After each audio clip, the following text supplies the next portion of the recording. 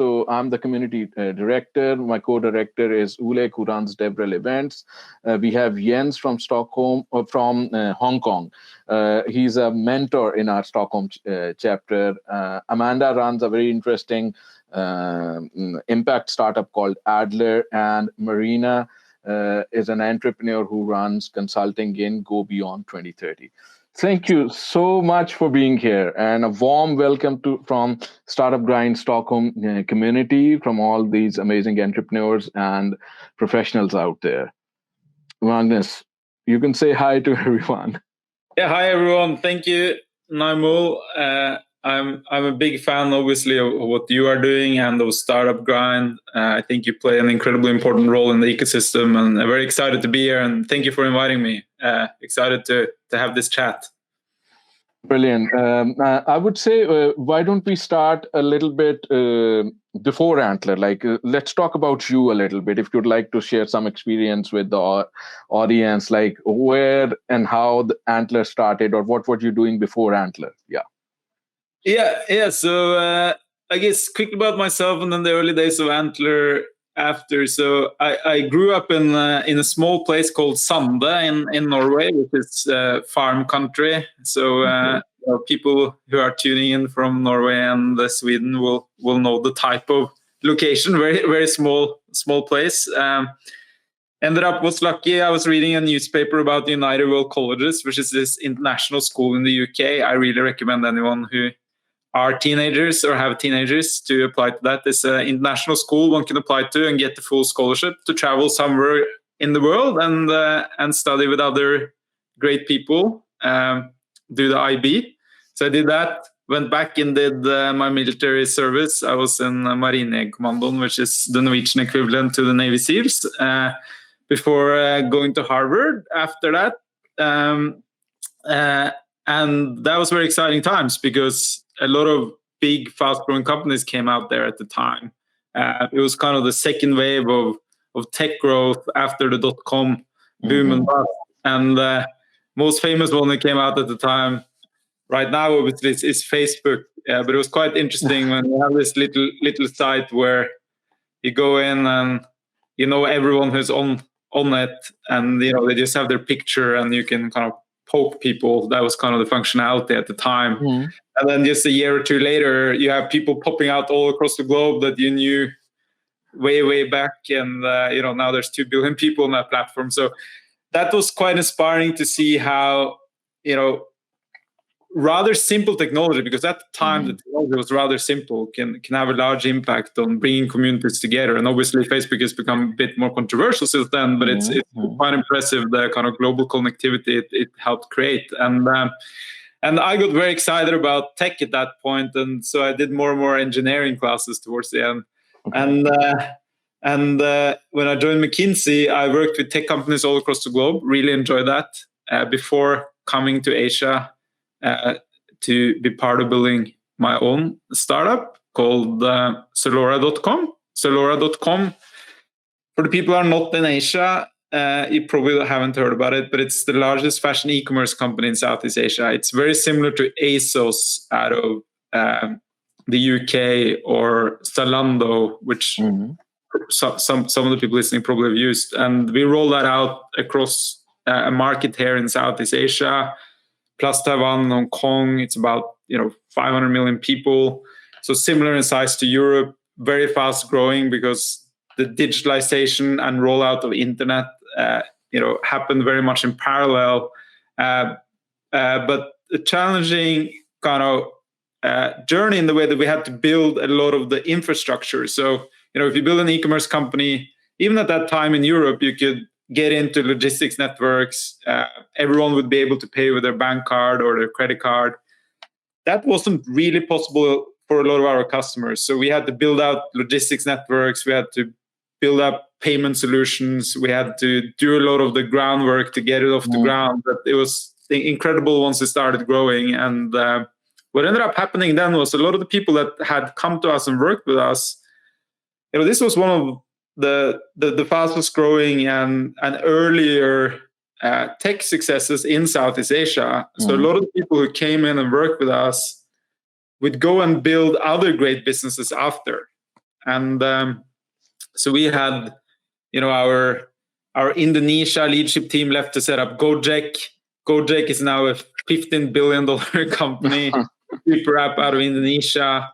Our one of our co-founders and he used to run buying it when he left. He set up a company called Shopee, which is the largest, I think, or one of the largest e-commerce companies here. Part of a $100 billion Nasdaq listed company called C Group.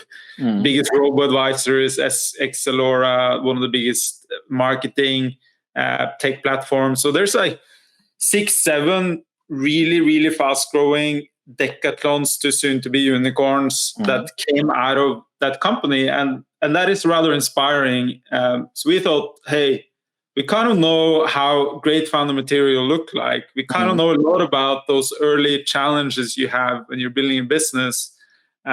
Let's build a platform which literally like fully focuses on the entrepreneurs, and that's how we started launching Antler, and we launched it here to begin with in Southeast Asia. So I'm sitting in Singapore now, and then Stockholm was actually our second location. So a few of the Spotify alumni and a few other great Swedes who were very supportive of our journey in the early days. Andreas Ehn, Lisa Henkel, and a few others. We tapped into that great network of alumni in Stockholm and set up in Stockholm. And since then, we've expanded across the globe. So now we support and invest in founders in the US, in the Nordics through an office in Stockholm and Oslo, and we're about to launch in Denmark, which I think we announced last week. We are in Amsterdam, in London, in Berlin. The first cohort is starting there in April. So welcome anyone who wants to join that. In London, we're in Africa, in Nairobi. In Asia, we're in Singapore and Bangalore. And in Australia, we're in Sydney. So now we really invest in early stage startups and founders. You can come as just an amazing individuals who are getting started on your journey, or you can come with a company that is already started building and has revenue and are doing their seed or Series A round. We want to come in early and really support exceptional founders from day one, whether you're just getting started or you're a little bit further ahead. So that's, as quickly as I can share the story.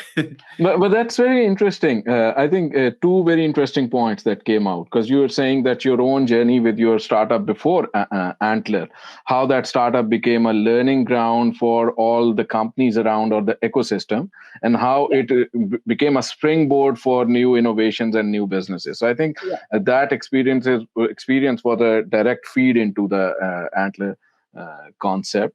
And the other thing is that you were talking about that you're quite open to when you are building people. People can come in with their ideas, or they can build ideas within. But what's your experience when seeing the teams that are being formed in Antler and the startups that eventually go out and start pitching for later rounds? Is it the people who come in with very fixed ideas, or people who come in with open mindset with a lot of professional credentials? Because some of the teams I've coached outside in different processes before, within, and after Antler. What is a good team, or what kind of mindset is good to go in Antler? Yeah, so we had great success with actually all of those types. So sometimes you've thought about a specific problem or something that you've been wanting to solve for a very long period of time, but it's only you. Sometimes you have worked on this thing for 2 to 3 years even, but you haven't turned it into a business because you've been busy doing other stuff, and it's been kind of a part-time thing. Sometimes you just say, okay, I've been part of building Klarna, and I ended up being an executive there, and now I want to leave and do my own thing, but I have no idea what I want to do. So it's like people come in different, and some come in, there are probably people who are listening in here as well, who has like 10, 12 different things that they want to build, and they don't really know which direction to go. We also have researchers who've spent 10 years researching a specific topic, which is now kind of ready to be productized. So it doesn't really matter what stage people are at for the success we've seen. I think what really matters are three things. That you're serious about succeeding, adding value, and solving a real problem in building a business, right? So I think no founder has really succeeded if they're not incredibly serious about being successful. And that means also kind of a mindset of going all in, and not just doing this because it's kind of cool to be an entrepreneur, or because I can't do anything else, or to try it out. I think if you try out to build a business, or you try out entrepreneurship, you will just be kind of, you might have fun, but after a while you just be miserable and nothing will happen. You need to come in there with the mindset that you're really going to succeed. So that's number one, I think. Number two is ensure that you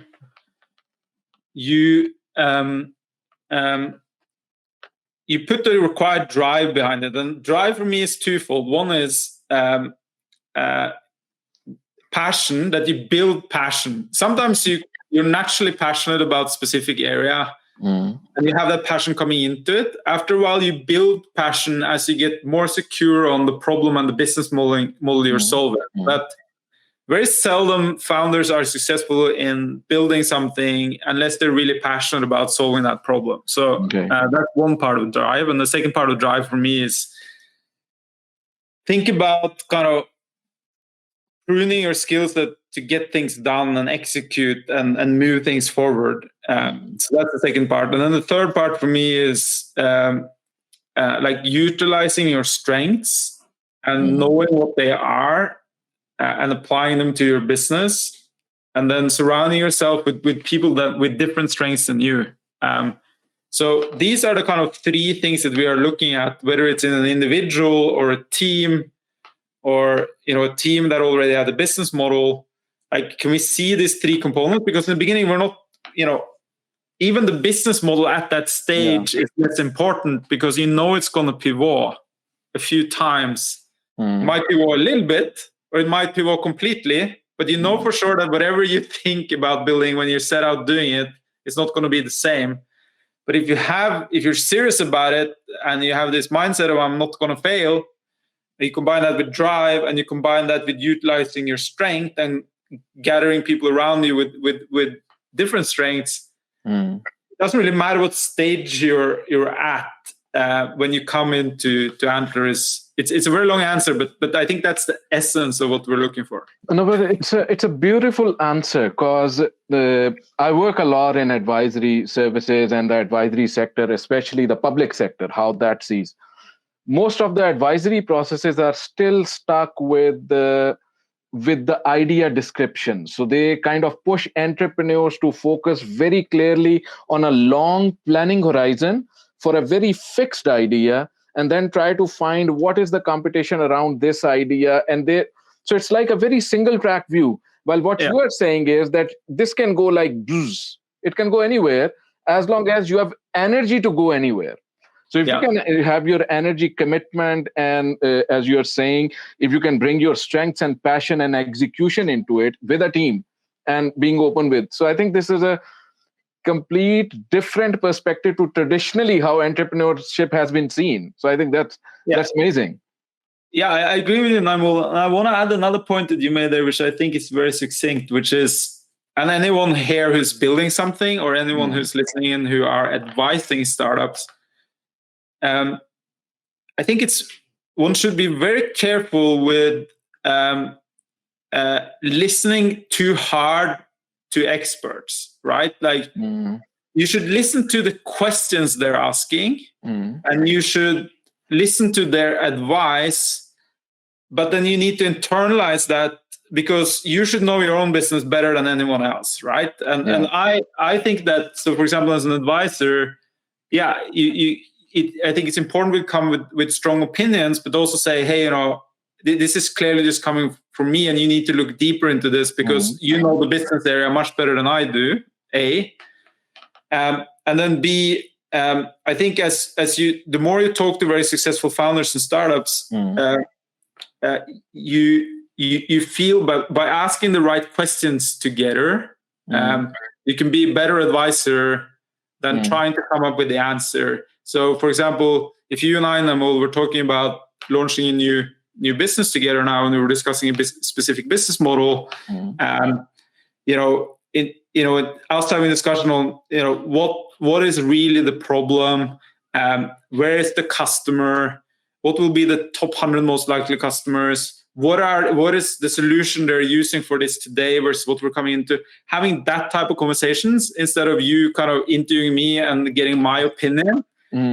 It's a much better conversation as an advisor and also as a founder to have an advisor. When that said, I would talk to as many people as you can and get their advice. And then, half of them might disagree with the direction you're going. Half of them might agree and come with good input. The people who disagree, you would like to figure out why they disagree, and either based on that change a bit the direction you have, or at least figure out to yourself why they are wrong, right? So this short comment on that, because I think it's important. No, this is really good because I think when I'm holding talks, so my perspective on advisory industry is that its pace is not as fast as the way entrepreneurship is evolving. The advisory sector still is living in the 80s and 90s bank model. So banks were like at this stage, and the customer would come in, and then there'll be questions, and then you'll be in a response and a low power mode, as opposed to today where entrepreneurships are probably here. So entrepreneurs are at here, and what I've seen really clicking for entrepreneurs is the way they interact with each other. So that combined learning is much greater than what they get from one single advisor. So great points over there. Bringing it to Antler, like how strongly you hold your startups which come into your process. Are you like a very hands-on incubator or an accelerator model, or are you more hands-off or let the teams evolve? Like how would you compare yourself to traditional incubators or accelerator programs out there? So we are very hands-on, but we're not very prescriptive, meaning I don't believe that you can, for example, turn a non-entrepreneur into an entrepreneur in a way, right? So we're not running a school. I also don't believe that you can kind of talk to one team and one founder and run them through the same kind of process and you will always have a great outcome. I think everyone are at different stages of your journey, as you spoke about earlier. Everyone has different strengths. So what we've tried to do is just ensure that we focus relentlessly we kind of broadly have a few different phases, right? So we spend time recruiting founders and finding great teams to back. And we've been lucky now to become a quite popular place to have as backers. So now we get about 50,000 applicants per year. And unfortunately, we can only kind of bring about 3% of them now into our programs. But those 3% are, they do have that spike, they do have that drive, and they have that grit and conviction that they're really, really going to make something. And with that, in phase one, what we can contribute with is access to more co-founders. So some people might have those co-founders before. Some people come in as a team. Some people are even further ahead, which is fine. And some people need the CTO, or they're a CTO and they need a salesperson, or they're looking for a great co-founder to do this together with. So that's one aspect that we can contribute with if that is needed in that first phase. The second part of the first phase is business model validation and validation of the problem you're trying to solve. And for some people, let's say we have this amazing team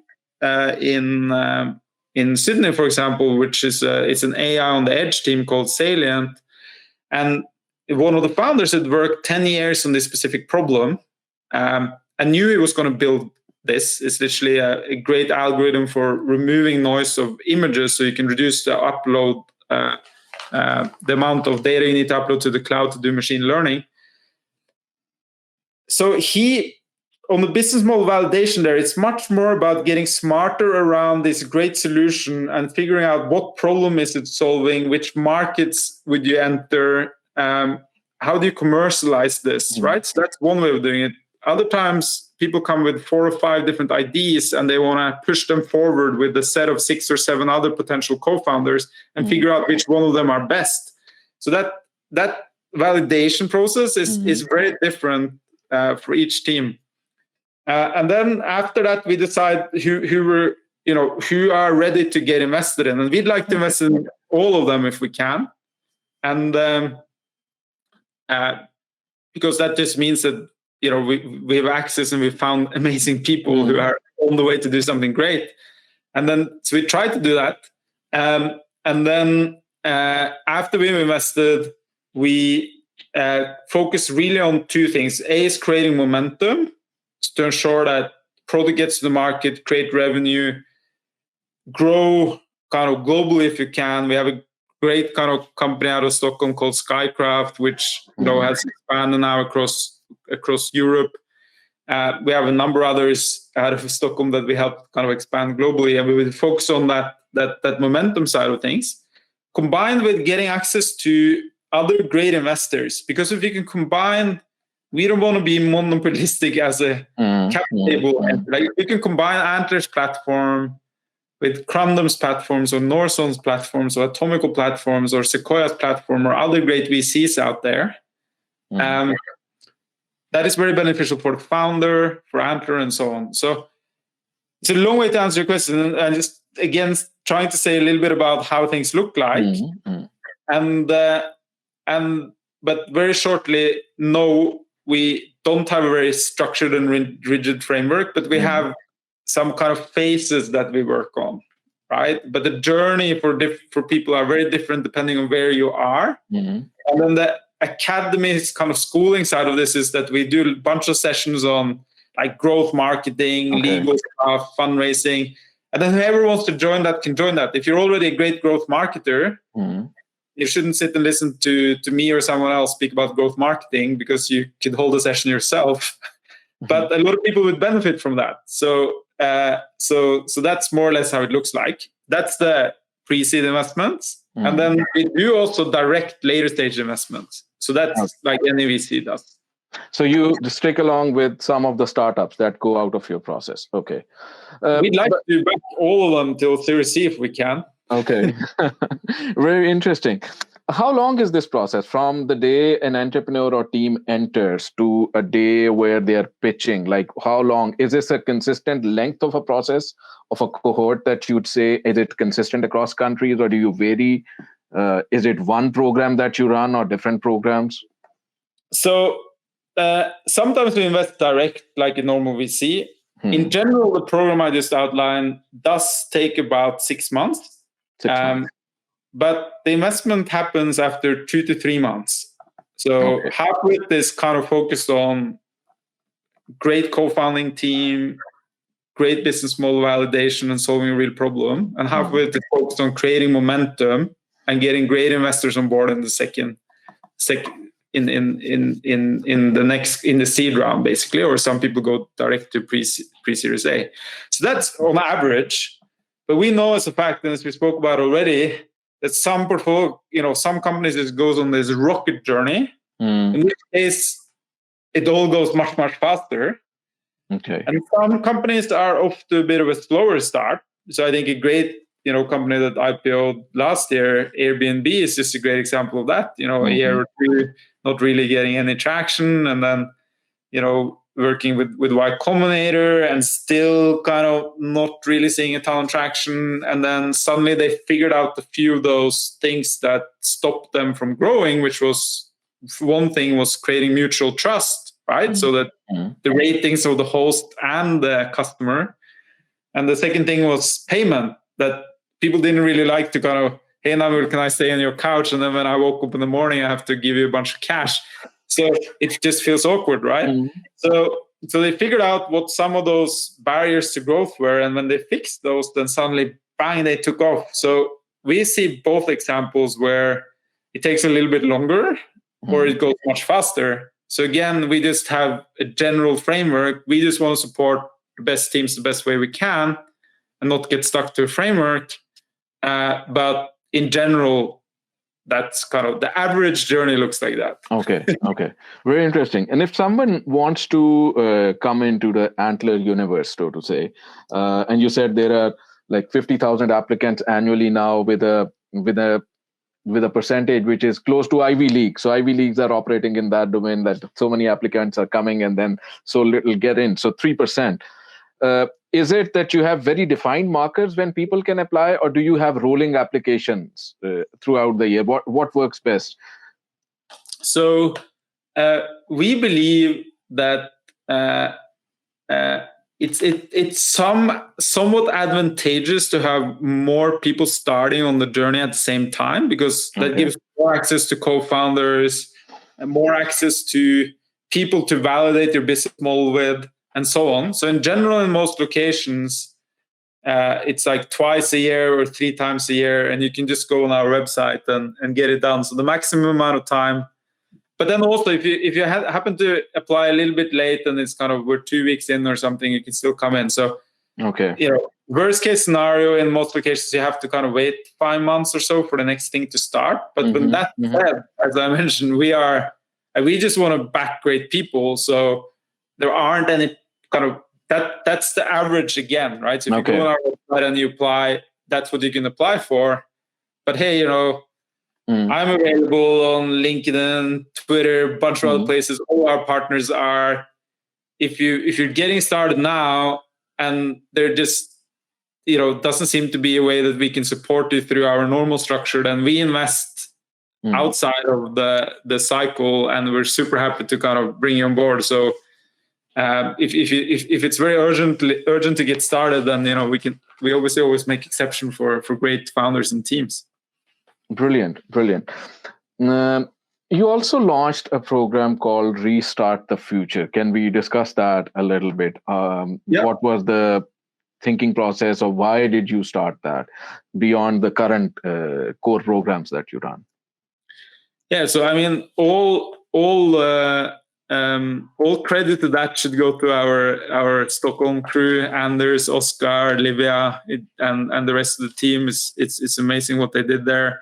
Obviously, COVID hit last year, which everyone is aware of, and we thought, as everyone do, that and I mean, all of us who actually are in the sector that we're in, apart from kind of people very focused on stuff like travel and F&B and a few other areas, the tech industry has actually grown quite considerably over the last year. And we've been able to continue to grow, continue to invest, continue to support amazing founders.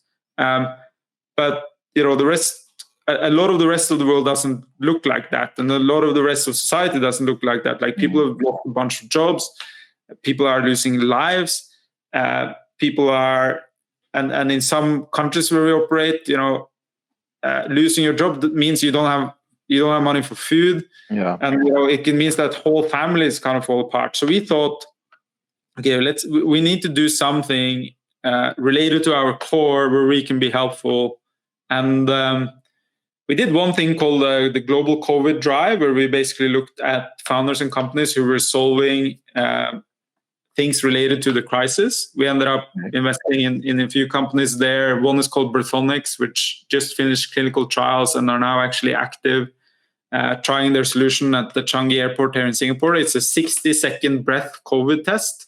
Okay. For everyone who's listening in here who has done the test up the nose. Have you done it, Naimul? No, not yet.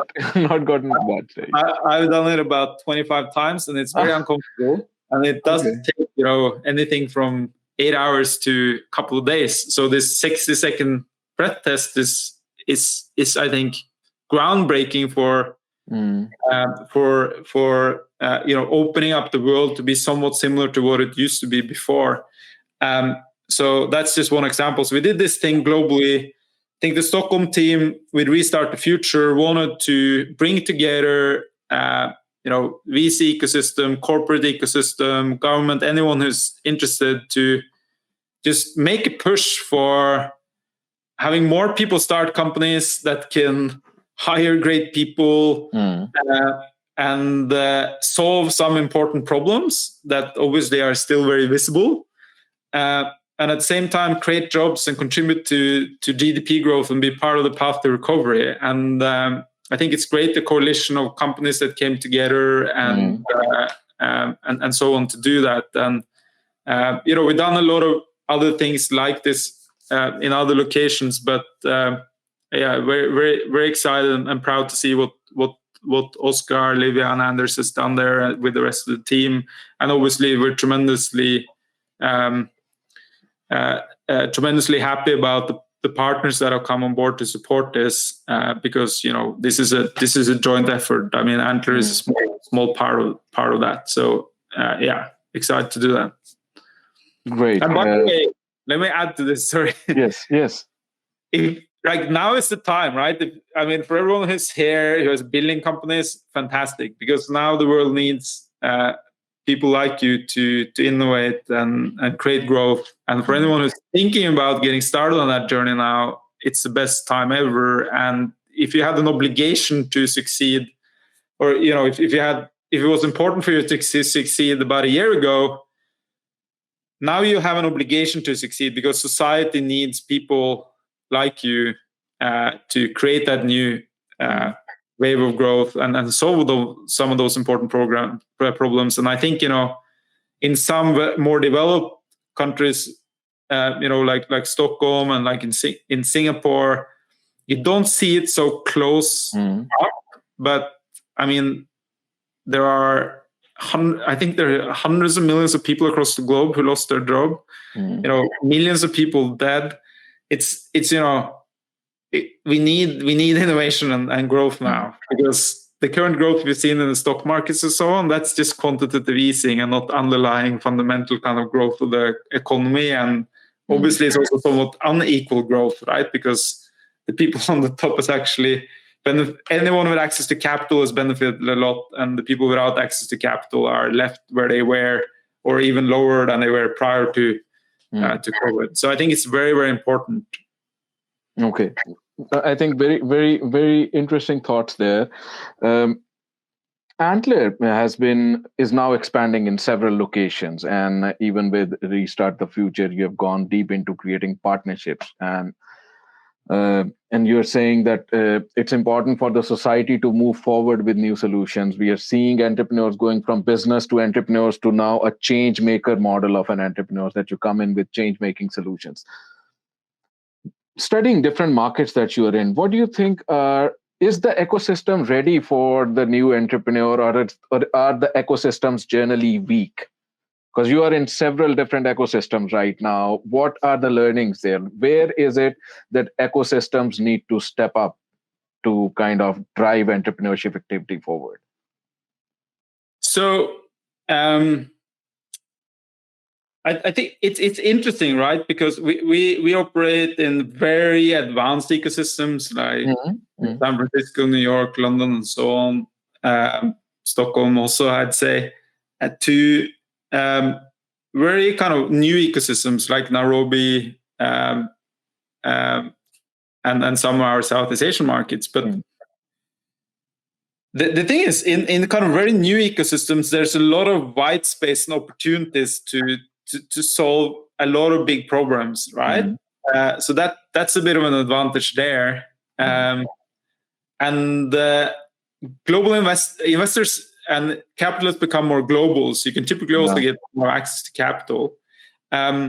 In more advanced ecosystem, you have the advantage of just amazing mentors, advisors, a very well-developed ecosystems. It's easier to raise your seed round, your Series A round, your B round, and you actually have people focusing on investing in you and kind of supporting that whole way throughout the journey, right? Which is very much been the power of Silicon Valley over the last few decades. And it's just very exciting to see a similar type ecosystem developing in so many other hubs, right? I mean, just look at Stockholm now with Klarna, with Spotify, with iZero, with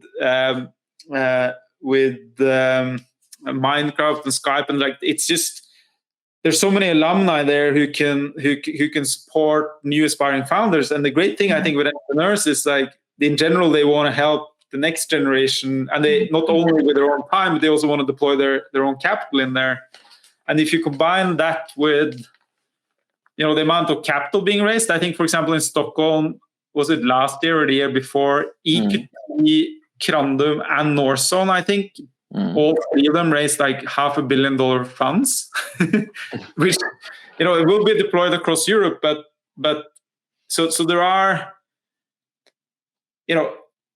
there are obviously, I think, an advantage to be in more advanced ecosystem from that perspective. But the white space and the growth and that in more kind of nascent and newer markets, it's a different advantage that you don't have in, for example, in London or in the US. If in London and the US you start building something great, then literally within a couple of months there will be 10 other teams that are great pushing the same company, right? So it's like, so there are advantages and disadvantages. Okay, I think that's really interesting to see ecosystems at different stages and the learnings and the concept of alumni. I think that you mentioned. I think that's really the core of entrepreneurship. That once you graduate one step forward, you can always go back one step and help the people who are at one or two steps behind and take them forward. So that's a key to building up of ecosystems. When you're working in different countries, are these hubs somehow connected? Like the hub in Bangalore, you're saying, and Stockholm, would there be some interchange happening, or are these different centers working in their specific ecosystems in Antler? I think there are a few things we're trying to do. So we're trying to ensure that we can help companies grow global. Like what one thing I say is, if you want to build 2 or 3 kebab shops, then Antler is not the right place for you. But if you want to build a new type of kebab meat that is plants-based or lab-grown or whatever, and you want to roll it out globally, then we are the right place, because we can support you with, we have people all across the globe that are very happy to support that global journey of your company, whether that's to Europe or the Nordics or globally. But we do like to invest in companies that have scale ambition. And if you don't have that, then we are not the right backer. So that's kind of one part of our global network. The second thing is, if you think about competency centers, we've onboarded about 500 advisors all across the globe now, which have come on board with us because they want to support founders succeed on their journey. A lot of them also invest in early stage in companies. And so they can also invest in the companies they help advise. And this is great because, so for example, within fintech now, we have about 60 fintech CEO and founders, CEOs of banks, professors at top universities who can provide competencies who are very, very relevant, because they might actually be building exactly the same thing that you are doing, but they're doing it in China instead of doing it in London. And it's non-competing, so they're very happy to share notes, and because you're having the same challenges. Or they are leading a bank, so they can tell you a lot about how to get across regulatory barriers, so they can be your first customer. And these types of networks are very hard to create in one place, because, for example, Stockholm is an amazing place, but you don't have the world's best people in everything in Stockholm. You have the world's best people in something in Stockholm, in quite a lot of things, but not everything. So by having that global network, we can access kind of competency centers across the globe with world-leading expertise that can help our startups with their journeys. For example, take the Skycraft example again. We hope to be helpful to them, to introduce them to infrastructure players all across the globe, so they can approach more at the same time than only in Sweden through that network. And those are things that we like to do, and some of them are very concrete, and some of them are more helping with that business model, business validation side of things. Brilliant. I think we'll move into Q&A. So Marina, I'll bring you in so that we can listen to some of the questions from our audience and reply. In the meantime, Magnus, if you could very shortly, what's the dream here for you? Like in the next 5-10 years, where do you see all this going? What you're building? The great thing with what we're doing is that we are only as good as the founders we support are, right? Like my incentives, everyone in Antler's incentives, and everyone is just fully aligned with the founders that we work in. If we can't support great companies solve important problems, then nothing what we do matters. So the big dream here is really to see a tremendous amount of really amazing people building great companies that are solving important problems, and that some of those very impactful companies that we've grown up with in our generation have that are coming up now and for the next generation, that we've played a small part in ensuring that happen, and thereby help build a better future and stimulate growth. So that's what we want to do, and that's what we focus on every day, and we can really see it happening now, which is super exciting. Brilliant. So building minds, people, dreams, and then they build their dreams as companies and solutions for the world. Yeah. Brilliant. Marina, can we have some audience questions which we can put? Yes. So first of all, thank you so much. It's been very interesting to hear, and you seem to have the most amazing job to be able to support all people's dreams. I go straight into the Q&A because we actually have many questions. So if you don't mind, I'll just go one after the other. Yeah. If you're ready. Yeah? Great. So I will start with Diana. And she's asking, I saw that you had some expansions planned for Latin America, and if that's still happening? That is happening. That is happening. Yeah. We want to launch. So if you have suggestions for great people who would be excited about running Antler there, or anchor investors who would be excited to see us come there, we would love to do that. We are taking it slowly due to it's hard to travel there right now for COVID reasons. But we're very serious about that. I think it's just incredible what's happening there in terms of the growth of the ecosystem. Great. And then we have Michael Blair who's asking, have you seen any new art, music, culture-related companies appearing that looks exciting? And what are the issues that you would like to see addressed in this type of new companies or fields? Art, music, and culture. Is there anything happening there? Yeah, I think there's obviously a ton of opportunities. Not going to go through everything. One area I'm very passionate about is the reduction in ROI of healthcare spend, and how healthcare spend is growing insanely fast, where it seems like the ROI of that is reduced quite significantly. I think the biggest where that has happened the most is in the US, but you see it in Europe as well, and that needs to be fixed. And if you break that problem down to the first principles, it's I think there's something like 70 or 80% of all healthcare spend is spent on treating diseases, and very little is spent on prevention. And if you look at the 80% that is spent on treatment, about 80% of the 80% is spent on treating stuff that could have been avoided with simple changes in lifestyle or early detection. And technology has come to a level now, and scientific insights have come to a level now where you can flip that upside down, and by actually focusing in on prevention, you can reduce the overall spend and increase the ROI quite considerably, which I think is necessary definitely for the developer to continue to improve life standards, to continue to improve equality, and not only for people to live longer, but to live a healthier life. And I think also it's necessary, as the world's healthcare spend balloons, to provide adequate healthcare needs to developing markets. So I think this is a huge standard problem, an area that is growing insanely fast, very important for the world, and where the first principles are just clearly showing humongous inefficiencies. And technology is there now to help solve that. And a lot of really exciting companies looking at this. You have Kry, for example, from Stockholm, which is doing some really exciting stuff there. And tons of others. So this, I think, is a big area with tremendous amount of potential. And obviously this year, come even higher on the agenda, and then a bunch of others. Great.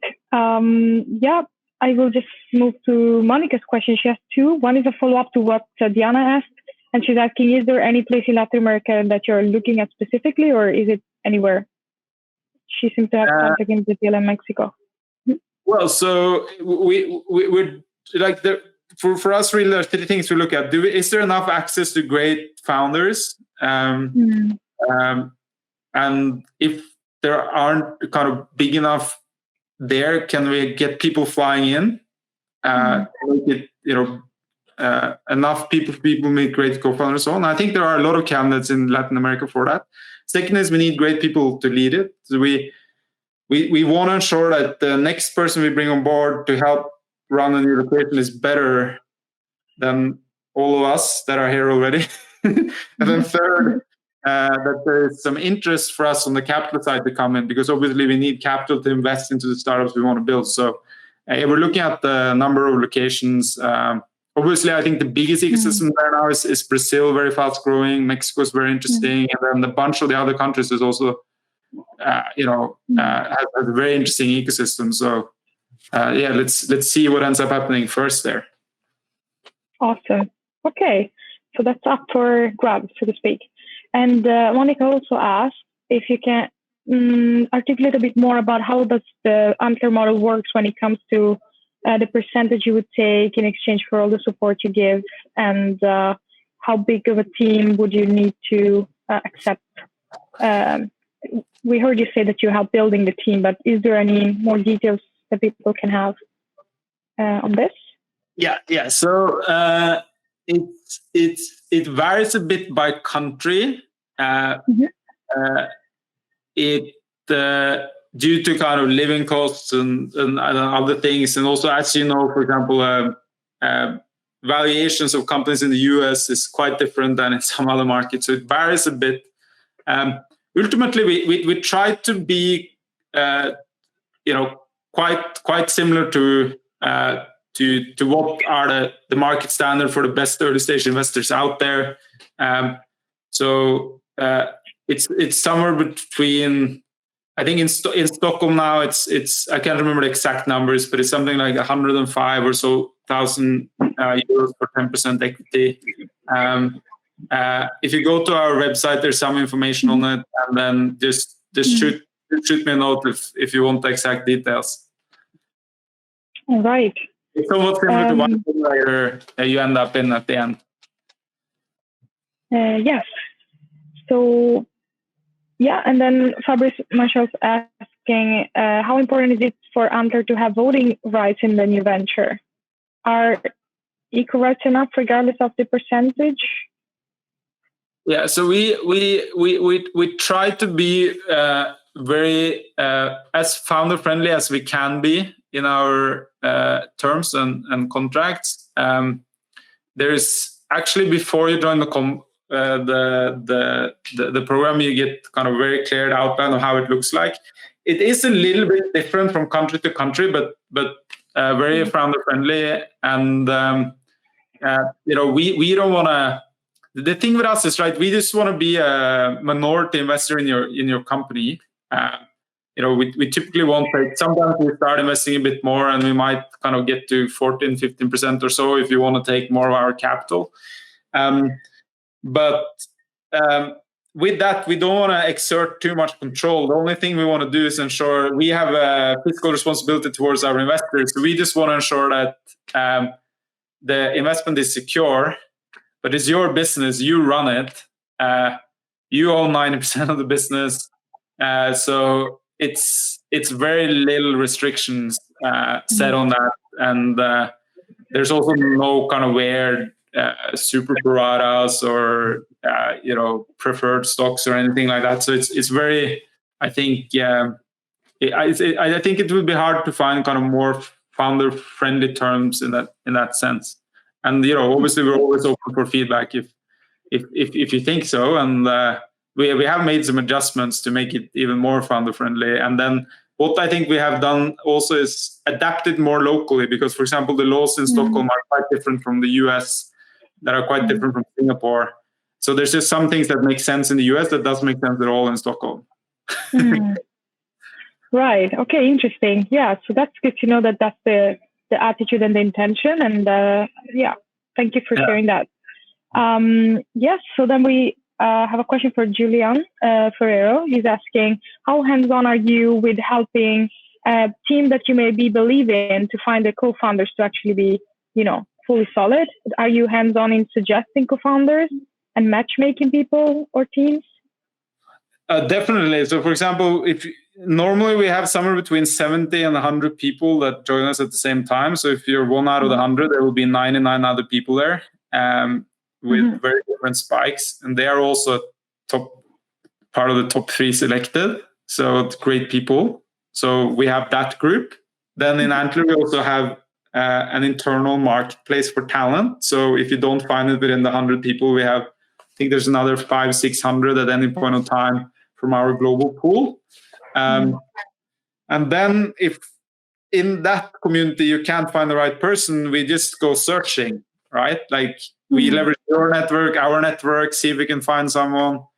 Sometimes you don't find it and you get started anyways. And then instead of having, let's say you want some co-founder who's great at sales, you can't find him immediately, then you hire that person as head of sales, half a year later, and then you manage with what you have up until then. So, we don't get it right 100% of the time. I don't think anyone does, but at least we've tried to kind of create a network and have enough people available to ensure that we'll find those people. And I think there are 2 aspects, right? One is finding the right skill set. The second is also ensuring that you have the chemistry and share the same values with that person, because hey, you're going to spend more time together than you do with your husband, right? So it's like an important decision. Great. Yeah. So then it's the founder's own responsibility to go and look, but then if they don't find it, they get hands-on support, like actual matchmaking, maybe some more. I think it's always the founder's responsibility, but we push like crazy, right, to get as much access as possible, and we suggest people and so on. So it's definitely two-sided, but obviously, we don't want to make the decisions for the startups and the founders. They make that decision. Marina, great questions. We have reached the end of the talk. Yes. Oh no. No. Hey, okay, just one last question. Sorry. Okay, how can people reach you? It was Helena Isolade Sundgaard's question, and she's asking, how can they get in touch with you, and should somebody pitch to you? And would there be she's not asking this, I'm asking it for her. How can she pitch to you in person and contact you? So I think, my email is magnus@antler.co. I might not answer personally, but then I'll forward it to the right person. Great. And if you want to discuss kind of specific topics, I'll put my kind of Twitter handle in here in the chat. So feel free we can have a public discussion, or you can direct message if you want to do private discussion. And then, my email, I'll put it in here as well. Brilliant. So that's really great. Everyone who is on the chat, once the event closes, you won't have access to it. So whatever you are seeing, just note it down very quickly. Brilliant. Magnus, I'd like to thank you so much on behalf of Startup Grind Stockholm community for being here, and for Antler for being here and sharing your thoughts on how to build great teams, startups, and solutions for the world. Thank you so much for being here. And thank you, Marina, for taking the audience question. And audience, thank you so much for joining today's call. We'll be back with more events in coming days. Magnus, have a very, very good day. Yeah. Thank you, Marina. Thank you, Magnus. What you guys are doing. So keep it up, and hope to see you in person soon. That needs to Yes. Thank you. Take care, and bye-bye.